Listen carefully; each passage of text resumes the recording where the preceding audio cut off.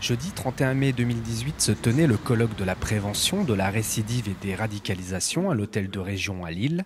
Ce colloque fait suite à un dispositif lancé par la communauté d'agglomération du Saint-Quentinois. Le 5 janvier 2015, l'agglomération du Saint-Quentinois s'associe au service de justice et notamment au procureur de la République pour créer un dispositif de prévention de la récidive sur l'agglomération et dirigé par l'agglomération.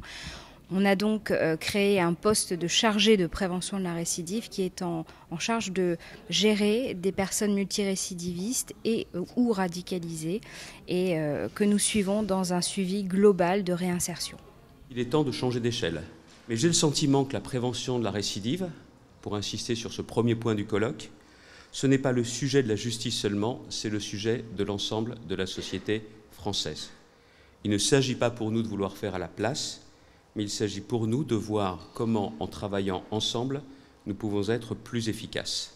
Les collectivités ont toute leur place aujourd'hui dans cette prévention de la délinquance, qui d'ailleurs est une compétence des collectivités. Et aujourd'hui, on se rend bien compte, et grâce au colloque, que de nombreuses collectivités se mettent également à créer ce genre de dispositifs, les dispositifs tels que le nôtre. Ce dispositif me semble être une illustration extrêmement pertinente de ce que peut être l'intervention des collectivités locales et des élus pour participer à une politique de prévention de la récidive qui nous concerne tous. Il va s'adresser prioritairement à des condamnés qui présentent un risque de récidive et il s'appuie sur un suivi renforcé pour une période de 6 mois autour d'un triptyque que vous avez rappelé, triptyque santé, notamment addiction, logement et emploi. On ne savait pas où l'on allait il y a 3 ans, on ne savait pas quels résultats on pouvait avoir et aujourd'hui on est très satisfait parce que les chiffres sont bons, parce qu'il y a une adhésion de la part du public placé sous main de justice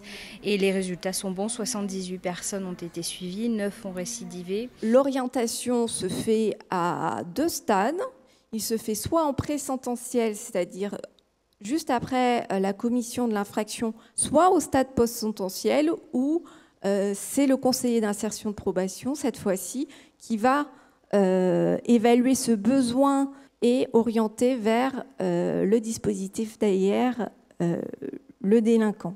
On a besoin d'avoir les expériences de chacun pour mener à bien cette mission et l'on a besoin également des compétences de chacun. On est convaincu que la réinsertion sociale ne peut pas juste se faire à partir des gens des ministères. Les organismes communautaires sont des partenaires essentiels parce qu'ils partagent notre mission au niveau de la réinsertion sociale. C'est des organismes qui sont implantés au niveau des communautés depuis plus de 40 ans. Au Canada, il y a des maisons de transition, en particulier au Québec, depuis plus de 50 ans. Il y en a au-dessus d'une trentaine. Leur efficacité est prouvée. L'incarcération n'est pas une solution. Plus rapidement on sort les gens de la prison, plus rapidement on les prend en charge, plus rapidement on les aide à trouver des solutions à leurs difficultés, plus rapidement ils deviennent des citoyens à part entière. Délinquance ne signifie pas radicalisation, mais en tous les cas peut éventuellement être un corollaire. C'est un phénomène qui touche de plus en plus de personnes et donc nous avons besoin aussi d'aborder ce thème de prévention des radicalisations. En fait, l'enjeu aujourd'hui, c'est à la fois, c'est toujours de partager l'expérience qu'on a vécue, mais surtout des limites qu'on a observées pour que d'autres puissent en bénéficier.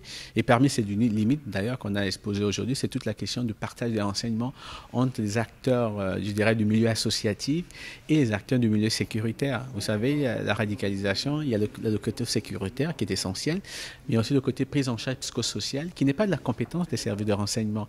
Et donc, comment ces deux pôles peuvent s'entendre tout en respectant, par exemple, la question de la confidentialité des informations, travailler ensemble. Donc, c'est cette expertise-là, c'est ces préoccupations que nous sommes venus échanger, mais en même temps, écouter ce que font aussi nos collègues ici pour voir qu'est-ce qui peut être d'utilité pour nous, par exemple, au Québec. Les combats qu'on est sûr de perdre sont ceux qu'on ne livre pas. Donc, bien entendu, il faut livrer ce combat de la prévention parce que les spécialistes de l'antiterrorisme eux-mêmes insistent sur le fait qu'il faut un dispositif social et de sécurité qui complète la lutte antiterroriste elle-même, à la fois en amont, en prévention, et puis en aval, dans le désengagement. Donc c'est tout l'enjeu du plan de prévention de la radicalisation qu'on a adopté à Lille, d'ailleurs le 23 février, sous la présidence du Premier ministre, avec 10 ministres. qui était présent, un plan ambitieux qui part des bonnes pratiques, qui propose de mobiliser les acteurs des collectivités territoriales, et c'est pour ça que c'est important que la région Hauts-de-France se mobilise. C'est un véritable partenariat, c'est une mobilisation, l'État, les collectivités territoriales, la société civile, pour prévenir et désengager face à la radicalisation.